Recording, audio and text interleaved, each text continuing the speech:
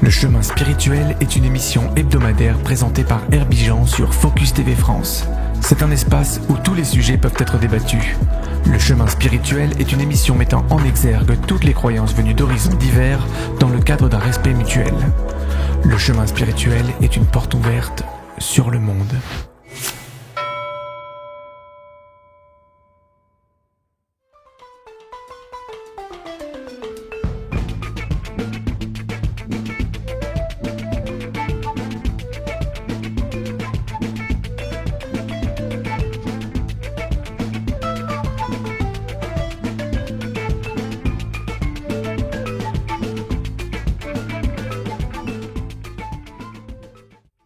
Puisque nous sommes devant cette statue, je vais donner une explication. C'est une des pièces que nous aimons dans notre collection. Il y en a beaucoup d'autres que nous estimons très fortes, mais celle-là effectivement très importante, au moins par sa dimension déjà. Donc il s'agit d'une pièce qui vient du Congo RDC, République démocratique du Congo, et près de la côte atlantique, c'est-à-dire qu'elle est soit Vili, soit Yombe, soit Bakongo. Ce sont des groupes ethniques qui sont près de la côte et qui ont les mêmes traditions. La tradition est ce qu'on appelle en Europe le fétiche à clous. Alors, clou, d'accord, fétiche, c'est très discutable. Ce ne sont pas vraiment des fétiches. Je vais expliquer à quoi ça sert. Mais bon, on va garder ce mot, mettons, qui consiste en ceci. Ça s'inscrit toujours dans une religion qu'on peut appeler le culte des ancêtres. Donc, ça a un rapport avec les ancêtres. Ces deux têtes nous ont été dites comme étant le mémorial de deux chefs de deux frères qui ont été. On a construit autour cette grande pièce et les rites ont continué autour de cette grande pièce pendant visiblement au moins un siècle. Voilà déjà pourquoi un siècle. Facile à dire, on voit que certaines pièces, certaines lames ont été forgées de façon très ancienne et que certains clous par contre ont une tête quadrillée, donc c'est déjà le XXe siècle. C'est-à-dire qu'on peut dire que ça servit au moins pendant un siècle. D'ailleurs, voir le nombre de clous qu'il y a dedans, qui sont chaque fois une demande particulière, et je vais expliquer laquelle, on peut se dire que ça date de très longtemps. En quoi consiste, et donc j'explique en quoi ça consiste. Donc l'officiant, si vous voulez, on peut l'appeler le prêtre, si vous voulez, qui en est responsable, reçoit. C'est le Nganga. Le Nganga, c'est celui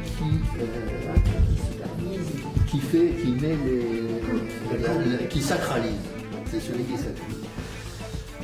Et donc, on vient le voir. Si par exemple, on veut que les ancêtres soient garants, sous leur vigilance, du respect d'un contrat qu'on a passé ensemble.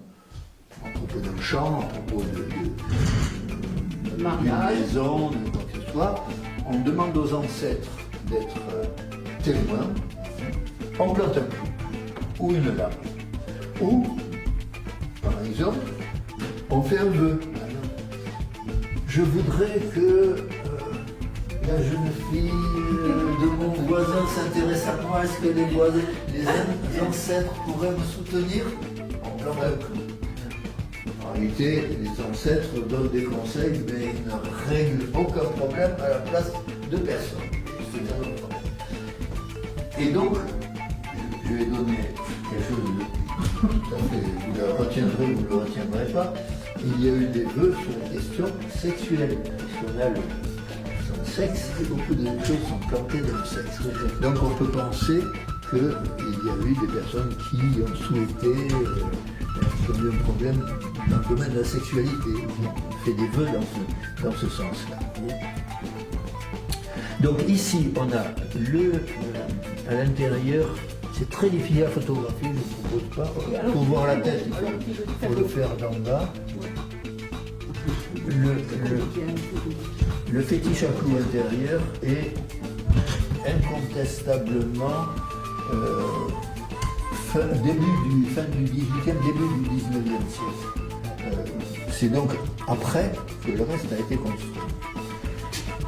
Plusieurs choses. Ce geste, vous voyez qu'il manque quelque chose, qui est soit une lance, soit un poignard, on va dire, un couteau, hein, qui veut dire que au nom des ancêtres, il y a une fonction de défense de la communauté. Ça, c'est une main, ça. C'est une main.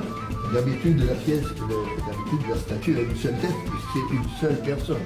Ça, c'est une exception, la tête. Hein. Et donc, la maintien de lance en signe de défense de la communauté contre, ça peut être contre des ennemis, mais ça peut être contre les mauvais esprits de la forêt, contre l'épidémie, contre tout ce qui menace la communauté. On a longtemps, quand nous l'avons acquise, nous ne savions pas ce que c'était, parce que ça c'est assez rarement, c'est une petite pièce en laiton, et un chercheur américain, il y a quelques années, a fait des recherches et nous a révélé le sens. Ce sont des grenades d'entraînement de la guerre de 14. D'accord. Alors là, je vais raconter quelque chose qu'on connaît peu, comme psychiatre, je vais raconter. C'est en première ligne. La guerre de 14 a été une horreur pour tous ceux qui ont participé, mais plus encore pour les Africains, qui étaient souvent mis en avant, qui n'avaient jamais connu de telles atrocités massives, à une telle échelle. Et donc, les Africains qui sont revenus, beaucoup sont morts. Ceux qui sont revenus, parmi ceux qui sont revenus, il y avait à la fois, on l'a dit, un certain nombre de problèmes psychiatriques qui étaient très perturbés. Mais les artistes sont souvent le reflet de la sensibilité d'un peuple. Et donc, on a des artistes qui ont introduit dans leurs œuvres des souvenirs, un mémorial en quelque sorte de ces atrocités de cette guerre de 14 en Europe. Et donc ça, ce sont des grenades d'entraînement de la guerre de 14. Nous avons d'autres exemples où des douilles, des fusils de l'époque sont suspendus à des cheveux, d'un masque, etc. On a d'autres exemples comme ça. J'ai vu une fois même dans une photo des masques à gaz introduits, suspendus à une statue. Voilà ce qu'on peut dire de cette pièce. C'est impressionnant. Et ça... Alors, est-ce que tu parlais d'une ganga? Bon, c'est un condé. Une condé. Oui, le mot. Condé, reliquaire. Voilà. C'est un condé. Voilà. Mais est-ce que tu as parlé... Pas reliquaire, Michel, il n'y a pas de relique. Ça, c'est une... Non, c'est un condé, c'est-à-dire ce qu'on appelle en Europe fétiche à clous et fétiche. Nous n'aimons pas ce mot parce que vous voyez bien, d'après mes explications, ça n'a rien de fétiche. C'est un condé. Parce que de loin, on pense que c'est un cœur, en fait. Alors, j'explique la fenêtre. En général, la fenêtre n'a pas une statue dedans. La fenêtre peut être opacifiée ou être en verre opacifié, c'est-à-dire peint, ou être un miroir. Et la fenêtre est censée porter quelque chose de mystérieux qui est le regard des ancêtres sur nous. Quelque part de là. Un miroir. Alors ça peut être un miroir, on ne fait que se voir, on ne sait pas. Les ancêtres nous voient, miroir. Soit c'est opacifié, les ancêtres sont là derrière à nous voir et on ne voit pas. On ne le voit pas. Ça c'est une exception, qu'il y ait une statue dedans. Voilà. Ce qui est cohérent avec l'histoire qu'on nous a donnée. Tradition orale, hein, on ne peut pas garantir cette histoire authentique, parce que si ça date d'il y a un siècle, ça s'est transmis, on a raconté que, bon... Alors il y a quelque chose de particulier tout de même, puisque les Nkondé, en principe, n'ont pas ce genre de cavité à travers le corps. C'est quelque chose d'assez exceptionnel, Elle traverse complètement. On dit que derrière, en principe, la charge est devant. Pas toujours opaque, donc, mais elle est devant, elle est portée devant et elle ne traverse pas les corps. Donc celle-ci, il s'agit d'un Nkondé vraiment particulier. Donc ce qui a comme particularité, c'est qu'au fond, là, il n'y a pas des ancêtres mystérieux, puisqu'on a une statue qui a appartenu vraiment Oui. au clan, Oui. au Oui, clan oui. de ces deux chefs. Et comment tu as fait pour de l'Afrique arriver ici? Alors, je ne sais pas si tu peux nous en parler. Je peux, tout à fait. Un ami nous téléphone de Kinshasa, qui est déjà venu ici, qui nous connaît, et nous dit, voilà, on a une statue importante, il y a eu des destructions à cause du climat dans un... Il n'y avait pas de puits, il n'y avait plus de pont. Il y avait plus Dans le village. le pont qui conduit au puits était démoli. Et il nous dit la communauté européenne était d'accord pour financer à 50%. Voilà. Et le village, le grand village probablement, ou la communauté en question, qui ne pratique plus. Ils ne pratiquent plus le culte des ancêtres eux-mêmes, donc cette statue n'est plus utilisée depuis longtemps. Ils sont, je crois, musulmans. Il me semble qu'on a dit qu'ils étaient musulmans. Je ne me souviens pas. Je confonds les religions. Et donc ils ne pratiquent plus, et donc ils sont d'accord pour...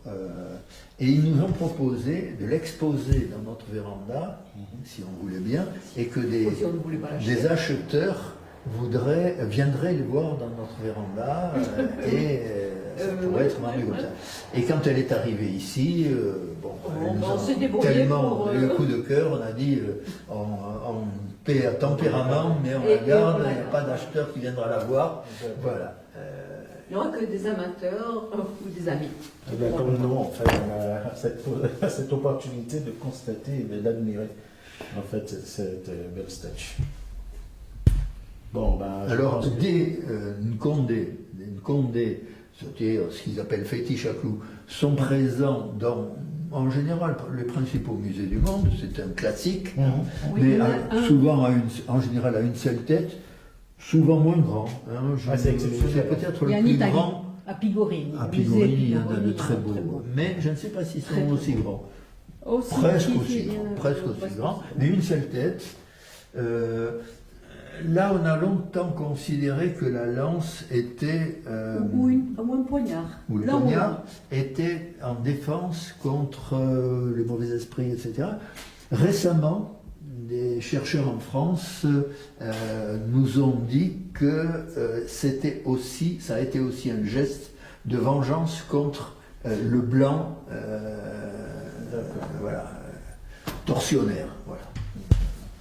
Ben, je vous remercie pour cette belle explication. Et là, on va passer à la deuxième étape de l'émission. Et ce culte, c'est un culte. Et c'est quoi la différence entre ce culte vaudou et la religion pour vous?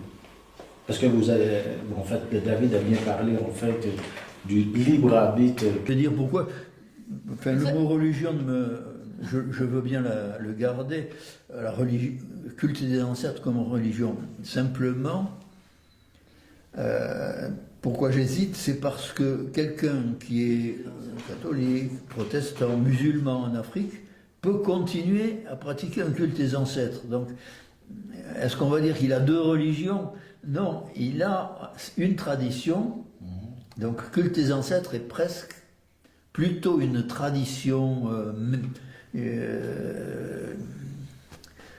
multiséculaire qu'une religion à proprement parler. Elle est le noyau de la religion quand on a une religion, mais en soi-même c'est l'axe de la religion, mais est-ce qu'on peut l'appeler une religion? Oui, je crois que c'est un peu le mot culte qui introduit une difficulté qui en fait une religion. Mais en fait, je crois que le respect des ancêtres et le questionnement intérieur qu'on a par rapport aux ancêtres, c'est autre chose qu'un culte. En tout cas, nous, tel que nous l'avons vu, c'est vrai qu'il est difficile de dire c'est le culte des ancêtres. Ils l'ont, ils réfléchissent. De temps en temps, effectivement, on voit quand même des gens, des personnes aller porter telle chose à tel endroit, sur des pierres, etc. Mais le culte des ancêtres est intérieur. Donc culte, le mot culte déjà est équivoque. Et c'est vrai qu'il peut ne pas y avoir de véritable culte, c'est-à-dire un culte, c'est quelque chose qui est organisé. Qui est organisé avec... Ça, on n'a pas vu de manifestation au titre du culte des ancêtres. Et même ce qui est dans le cas, ce qu'on vous raconte du vaudou avec... non, ça ne relève pas du culte des ancêtres réellement. D'accord. Enfin, Pas réellement. je ne dirais pas... Enfin, je ne crois pas qu'on puisse dire exactement les choses comme ça, puisque beaucoup de statues sont sacralisées, et donc c'est à travers elles qu'il y a la communication avec les ancêtres quand même. Donc il y a des pratiques, même à certaines, il y a sacrifice de sang de poulet, on verse du lait, de l'huile de palme, etc. Donc il y a des cérémonies, il y a des cultes quand même. Oui, alors je dirais pas au Cameroun. Je pense pas que ce soit vrai pour le Cameroun. Parce qu'il n'y a pas, mais même dans les statues qu'on a, est-ce qu'il y en a qui sont véritablement camerounaises et qui pourraient ressortir d'un véritable culte, c'est-à-dire d'un soin particulier qu'on apporterait à telle représentation? Bon, tu me demandes des exemples là. Non, parce que je ne l'ai pas. C'est le mot culte qui me fait. Parce que le culte, c'est quelque chose sur cette nécessairement table, tu as organisé. la... Attends, alors il y a autre chose dont peut-être il faut parler. Ce sont les sociétés. C'est les sociétés secrètes. Ce sont les sociétés secrètes qui sont dans le maillage, en tout cas au Cameroun, elles existent. Ça, c'est un masque, effectivement, d'une société secrète, mais qui sont davantage, qui sont davantage dans, je ne dirais pas un culte, mais en même temps, on instaure quelque chose de la société qui doit être respecté. Pas nécessairement avec les ancêtres. Il n'empêche que ça a servi au culte des ancêtres, puisqu'on a dessus des traces de libation, de sacrifice, il y a des croûtes sacrificielles dessus, donc il y a eu des rites pratiqués en rapport avec les ancêtres quand même. Donc c'est une forme de spiritualité qui est liée en fait Absolument. À ses concitoyens. Moi je crois. Et une forme de spiritualité basée sur l'idée que nos ancêtres ne disparaissent pas complètement et continuent à avoir un regard sur nous et que nous avons une responsabilité par rapport à eux. Je l'ai dit tout à l'heure, moi je trouve ça profondément humain et très compréhensible. Oui, mais alors, on était quand même sur la question culte. Est-ce que véritable...